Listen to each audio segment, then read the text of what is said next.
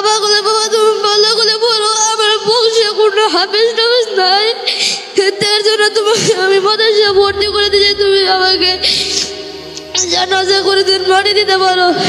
কিন্তু খুব দুঃখের বিষয় আমি আমার বাবাকে জানাজা করে মাটি দিতে পারিনি। ওর বাবার স্বপ্ন ছিল সে হাফেজ হবে, বড় হবে, ওর বাবা জানাজা পড়াবে।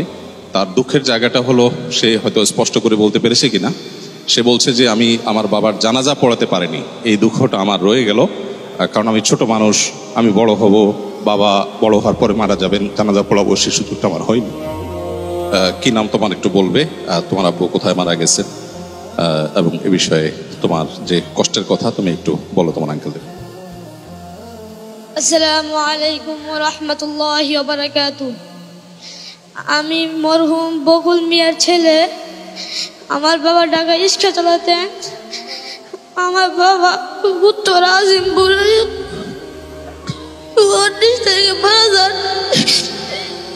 আমার বাবা খুব আদর করতেন, তিনি খুব আদর করতেন। আমি যখন সকালে রাস্তাঘাট আসলাম মাদ্রাসা থেকে, আমার বাবা বলতো আমার বাবা আসছে, তাকে 10টা টাকা দাও, তিনি রাস্তা খাবেন।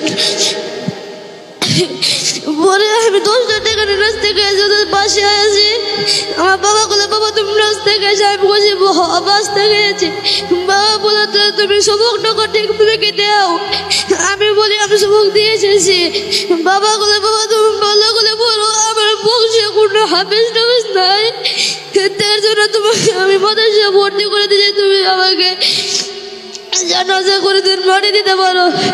কিন্তু খুব দুঃখের বিষয় আমি আমার বাবাকে জানাজা করে মাটি দিতে পারিনি। জানাজা ছিলাম কিন্তু জানাজা নামাজ পড়াইতে পারিনি। জি বলে দিই আঙ্কেলদেরকে, ওর বাবার স্বপ্ন ছিল সে হাফেজ হবে, বড় হবে, ওর বাবা জানাজা পড়াবে।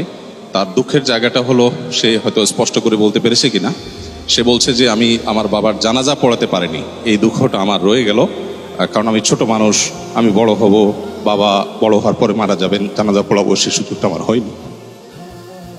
তুমি কোন ক্লাস পড়ো? হেফজ পড়ো? কয় পারা হেফজ করেছো? 2 পারা। তোমার বাবার জন্য আমরা দোয়া করি এবং গোটা দেশের মানুষ দোয়া করছে। তোমার বাবার মৃত্যু গৌরবের মৃত্যু, ইনশাআল্লাহ তোমার বাবাকে আল্লাহ তাআলা জান্নাতুল ফেরদাউস নসিব করুন, আমরা দোয়া করছি। আর তোমার দুঃখ দূর হয়ে যাবে, মুসলমান হিসেবে আমরা বিশ্বাস করি ইনশাআল্লাহ জান্নাতে তোমার বাবার সাথে আল্লাহ তাআলা তোমার সাক্ষাৎ করাবেন ইনশাআল্লাহ। আলহামদুলিল্লাহ। তুমি আর কিছু তো বলবে? জি না। ঠিক আছে। আমি জাবির ইব্রাহিমের বাবা। আমার ছেলের বয়স 6 বছর ছিল। ও নার্সারিতে পড়তো দক্ষিণ খান এলাকায়। আসলে এই আবেগঘন মুহূর্তে আমি আহমদুল্লাহ স্যারকে এবং ইসলাম আস-সুন্নাহ ফাউন্ডেশনের প্রতি কৃতজ্ঞতা প্রকাশ করছি। আপনারা আমাদের পাশে দাঁড়িয়েছেন। আমি এই শহীদ পরিবারের পক্ষ থেকে আপনার প্রতি কৃতজ্ঞতা প্রকাশ করছি, আস-সুন্নাহ ফাউন্ডেশনকে ধন্যবাদ জানাচ্ছি। আমি আমার ছেলের বিস্তারিত বলতে গেলে আমি আবেগে আপ্লুত হই।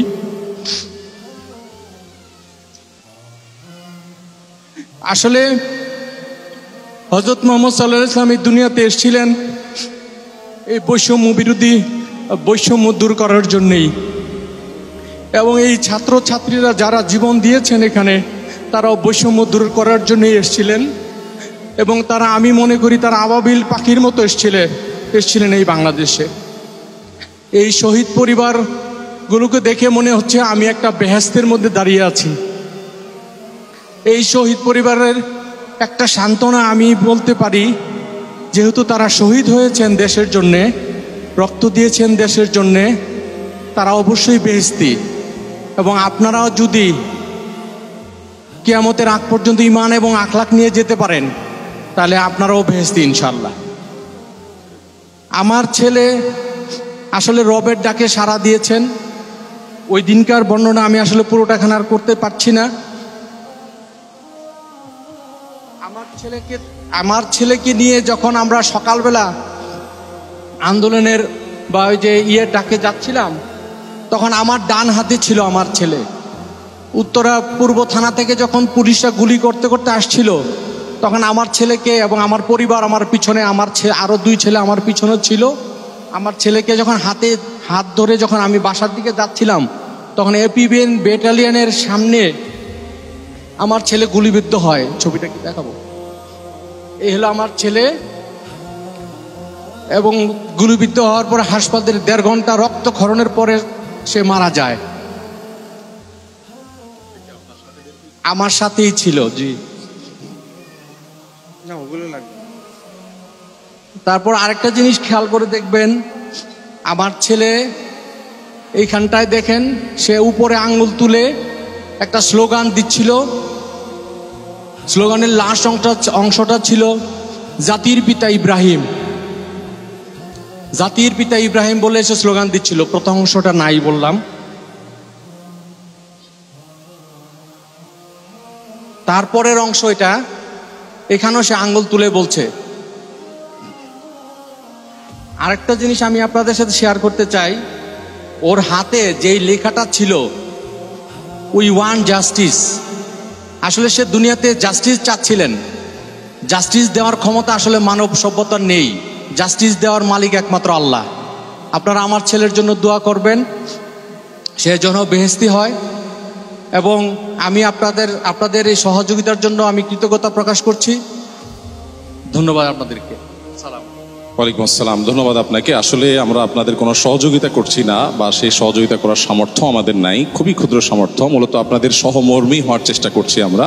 আপনাদের ব্যথা, আপনাদের বেদনা কিছুটা কমাবার একটা ক্ষুদ্র প্রয়াস আমরা চালিয়েছি, যে আপনাদের ব্যথা যেন একটু কমে, আপনারা যেন অনুভব করেন যে আপনারা যারা সন্তান হারিয়েছেন, আরও অনেক সন্তান আপনাদের আছে, আমরা আছি। যারা বাবা হারিয়েছে তারা যেন অনুভব করে যে তাদের বাবাকে হারালেও তাদের বাবার স্নেহ দেওয়ার জন্য প্রস্তুত বহু চাচারা উপস্থিত আছে। আমরা শুধুমাত্র এই ফিলটা আপনাদেরকে দেওয়ার জন্য আজকে এখানে সমবেত করেছি। ধন্যবাদ আপনাকে। জাযাকাল্লাহ খাইর।